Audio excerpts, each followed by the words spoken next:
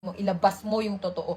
Magpakatotoo tayo. Okay, game. Huwag peke. Game. Go. Sige, simula.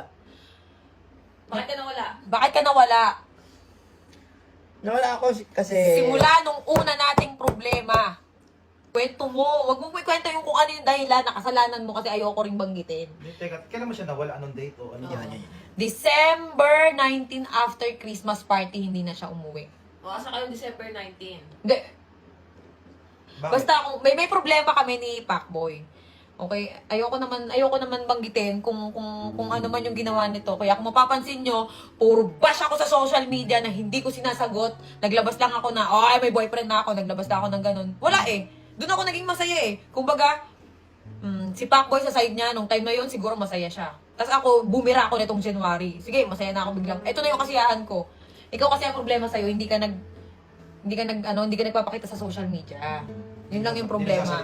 Hindi ka nagsasalita. Kaya iniisip nila, depressed ka dahil sa akin.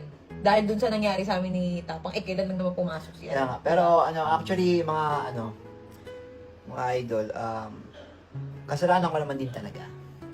Kasi nung mga time na kailangan niya ako, yun na nga, yung nasa ospital siya.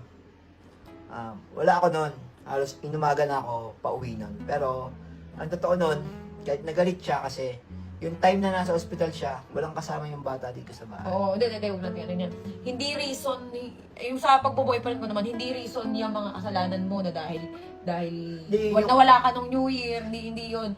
Teka lang okay, yung mga nangyari noon na sobrang stress na ako, na-stress na talaga ako na hindi ko na nakayanan, hindi na nakayanan ng mental health ko talaga na lagi ako na ospital, di ba? Yung time na yon, yun na yung nagkaka-problema kami ni Pacboy na. Actually, mahal namin ang isa't isa. Pero, walang kami. Kumbaga, ayaw lang namin pangunahan yung panahon siguro. So, parang tingin namin, nagkakapaan pa kami ng ugali. Tingin ko, may naantay siya na gawin ko para ma-fulfill siya na sige, okay na to. Teka lang, maano? Basta yun yan. Nasabi ko na. Maano? Pulpil. Yun. Ano yung pulpil? Mapunan. Ako na. Fulfill. Kumbaga, kunyari, parang may naantay siya na bagay na i-improve ko sa akin. Pero tingin niya, hindi pa niya nakikita. So, parang, gano'n. So, waiting tayo doon hanggang dumating tayo sa point na hindi na kami magkasundo. Actually, may mga away kami na tago. May away din naman kami na nakikita niyo. Ngayon, kaya kami magkasama ni Kalbo. Yan, kasi para ayoko nakikita siya na ganyan, na parang nahihirapan kasi nung hindi na siya nagpapakita, eto lilinawin ko lang, nung hindi na siya nagpapakita, wala pa si Tapang noon. Wala pa sa buhay ko, kumbaga. Ayun nga, akala ko hindi na siya magpapakita, hindi siya magpaparamdam sa akin kasi ayaw mo nang umuwi, wala naman akong ginawa. Siguro, kasi masungit ako minsan sobrang strict ako sa bahay, di ba? Kaya siguro nagkaganon din to si Pacboy.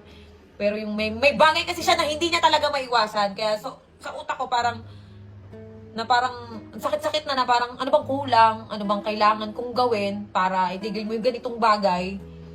Parang, napagod na ako na parang yung binibigay kong love, hindi worth it. Yung binibigay kong payo, hindi tumatalab. Hindi ko na alam gagawin ko. Ngayon may dumating sa buhay ko na parang, ay sige, subukan ko. Okay. Yun. Pero yung pagmamahal ko kay Pacboy, hindi nawawala yung bilang pamilya. Pero hindi mo naman ginamit talaga si Pacboy. Kasi maraming sabi, ginamit mo na si Pacboy, nagpaka-famous ka lang daw after nun. Eto ha, After mo mag-4 million, parang hindi mo na si Pacboy sa hindi ko kasalanan kung dumami yung followers. Pero nung una pa lang, nung nakilala ko si Pacboy, nagbablog na ako. Sa YouTube ako noon, 'di ba? Nung nag-collab kami ni Pacboy, nung nasa inyo siya, pumunta ka dito, 'di ba? Hindi natin expect na puputok yung vlog natin. Kwento Masyado ako natin naging kampante. Yan. Siguro pakiramdam ko, parang tumaas ako, lumaki ulo ko, gano'n. Pakiramdam ko parang, hindi ako iwan nito, gano'n. Kumbaga, parang kayang-kaya kong kontrolin lang. Mas lagi mo pa akong tinatakot na, aalis ako dito. Lagi mo akong ginaganon. Guys, yun yung totoo. Lagi mo akong tinatakot na, aalis ako dito. Kasi mabunga nga ako kapag ka nakakita ako ng yung pagpasaway siya, maingay ako Kasi siguro na rin to, narindi rin. Siguro hindi ko yung mga panahon na yon, hindi ko pinahalagahan yung